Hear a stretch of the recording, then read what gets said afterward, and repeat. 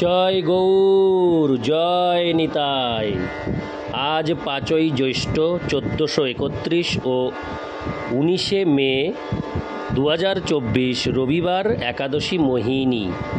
এই মোহিনী একাদশীর দিনে আমি শ্রী চৈতন্য চরিতামৃত পাঠ করছি।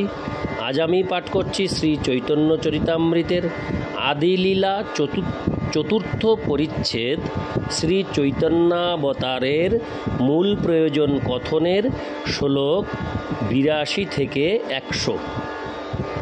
অডিওর শুরুতে আমার সকল ভক্তিমতী মা ও ভক্তবৃন্দের কাছে বিনীত প্রার্থনা, আমি আপনাদের কাছে এমন একটি জিনিস চাইছি যে জিনিসটির জন্য কোনো ক্রয় বিক্রয় মূল্য লাগে না। সেটি হলো খুব সামান্য একটি সাবস্ক্রাইব। এই সাবস্ক্রাইব করার মাধ্যমে অনেকগুলি উপকার। এক হচ্ছে, যিনি শুনছেন তার কাছে অতি সহজেই পরবর্তী অডিও পৌঁছে যেতে একদম সময় লাগবে না।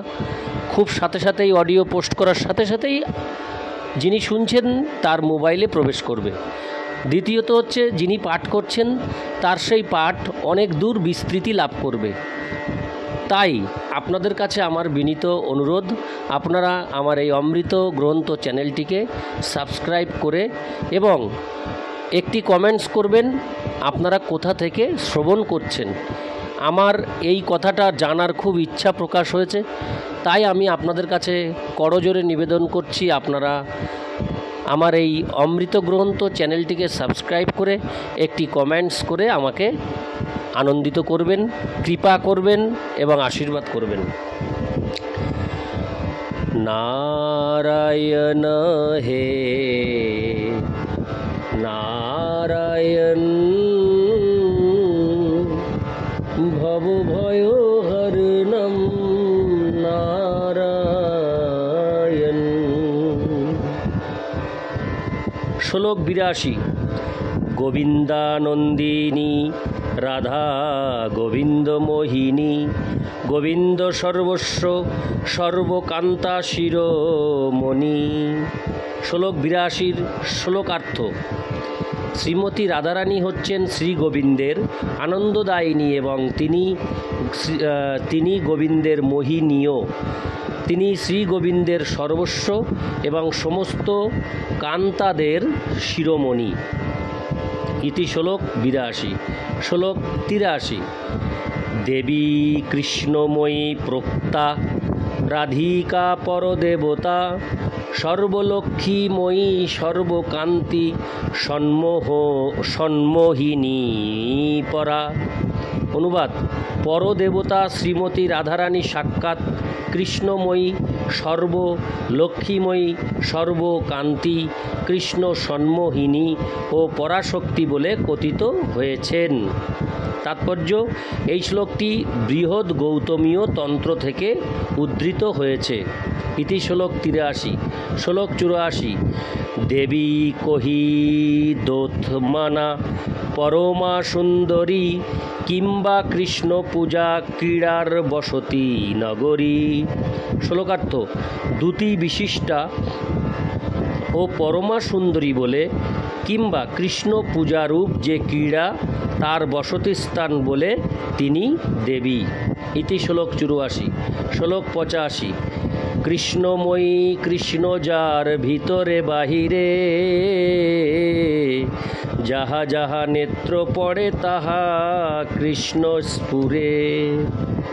শ্লোকার্থ: যার অন্তরে ও বাইরে সর্বত্রই কৃষ্ণ বিরাজ করেন তিনি কৃষ্ণময়ী।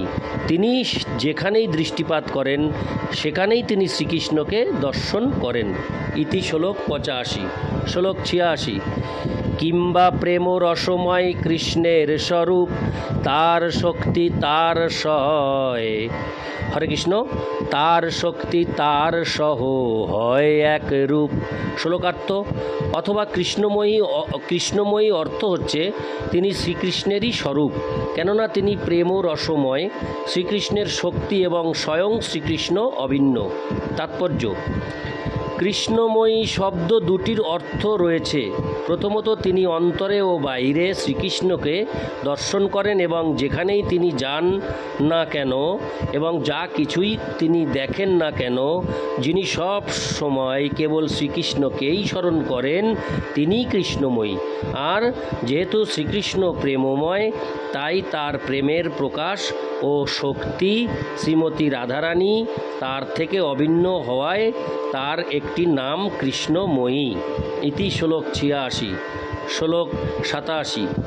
কৃষ্ণবাঞ্ছা পূর্তিরূপ করে আরাধনে, অতএব রাধিকা নাম পুরাণে বাখানে।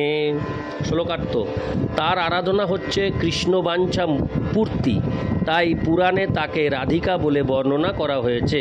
তাৎপর্য: রাধা নামটি প্রকাশিত হয়েছে আরাধনা শব্দ থেকে, যার অর্থ হচ্ছে উপাসনা করা।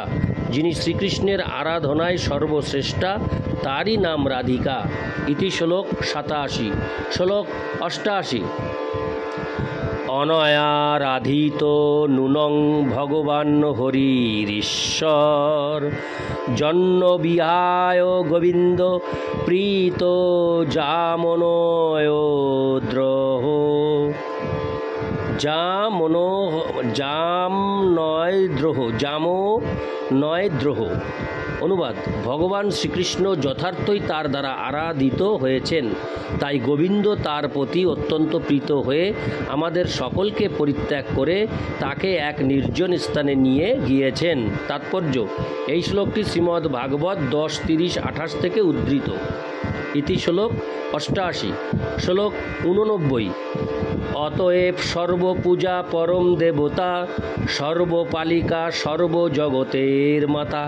শ্লোকার্থ: তাই শ্রীমতী রাধারানী হচ্ছেন পরম দেবতা এবং তিনি সকলের পূজনীয়া, তিনি সকলের পালিকা এবং সমস্ত জগতের মাতা।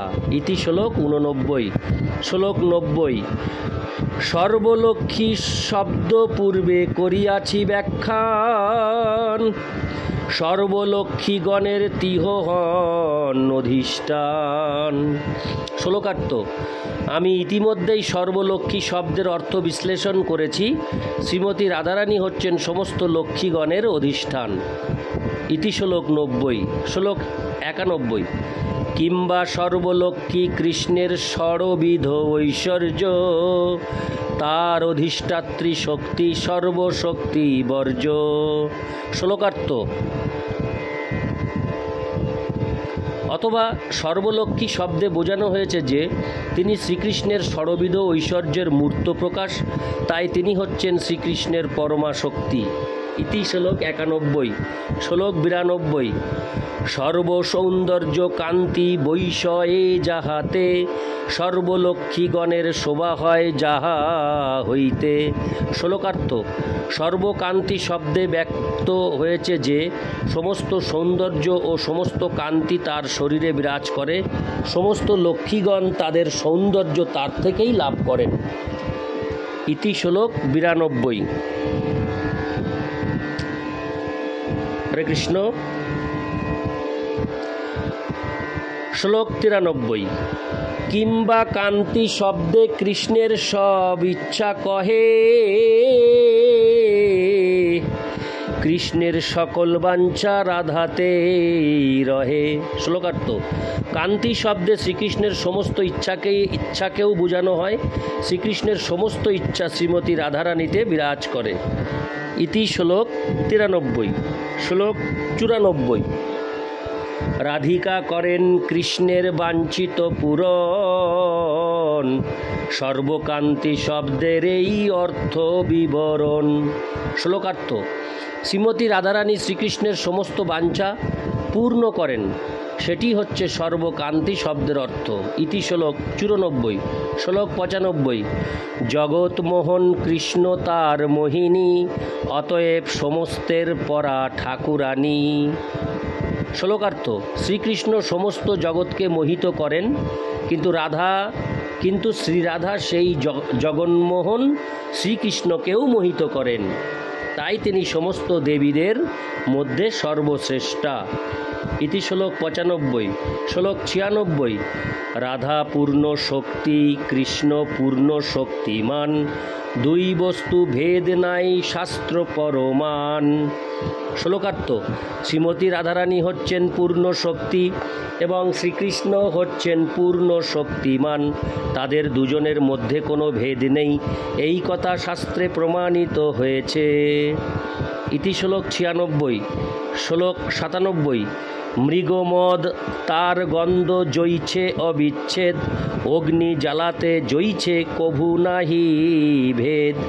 শ্লোকার্থ: কস্তুরী ও তার গন্ধ যেমন অভিন্ন, অগ্নি ও তার উত্তাপ যেমন অভিন্ন, তেমনি তারা উভয়ে অভিন্ন। ইতি শ্লোক 97। শ্লোক 98।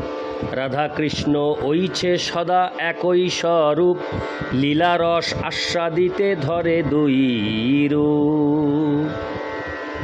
শ্লোকার্থ: এইভাবে রাধা ও কৃষ্ণ, হরে কৃষ্ণ, এইভাবেই রাধা ও শ্রীকৃষ্ণ সর্বদাই এক, তবুও লীলারস আস্বাদন করার জন্য তারা দুই ভিন্ন রূপ ধারণ করেছেন। ইতি শ্লোক 98। শ্লোক 99 ও 100। প্রেম ভক্তি শিখাইতে আপনে অবতরী, রাধা ভাব কান্তি দুই অঙ্গীকার করি, শ্রীকৃষ্ণ চৈতন্য রূপে কইল অবতার, এই তো পঞ্চম শ্লোকের অর্থ পরচার। শ্লোকার্থ: প্রেম ও ভক্তির শিক্ষা দান করার জন্য শ্রীকৃষ্ণ রাধারানীর ভাব ও কান্তি অবলম্বন করে শ্রীকৃষ্ণ চৈতন্য রূপে আবির্ভূত হয়েছেন। এভাবেই আমি পঞ্চম শ্লোকের অর্থ বিশ্লেষণ করেছি। ইতি শ্লোক 99 ও 100। অডিওর পরিশেষে আমি আরও একবার অনুরোধ করব, সকল ভক্তিমতী মা ও ভক্তবৃন্দের কাছে আপনারা কৃপাপূর্বক আমার এই অমৃত চ্যানেল, এই ইউটিউব চ্যানেলটিকে, আধ্যাত্মিক ইউটিউব চ্যানেলটিকে সাবস্ক্রাইব করে আমাকে আশীর্বাদ করবেন। নারায়ণ হে নারায়ণ, ভব ভয় হরণম নারায়ণ। জয় গৌর, জয় নিতাই।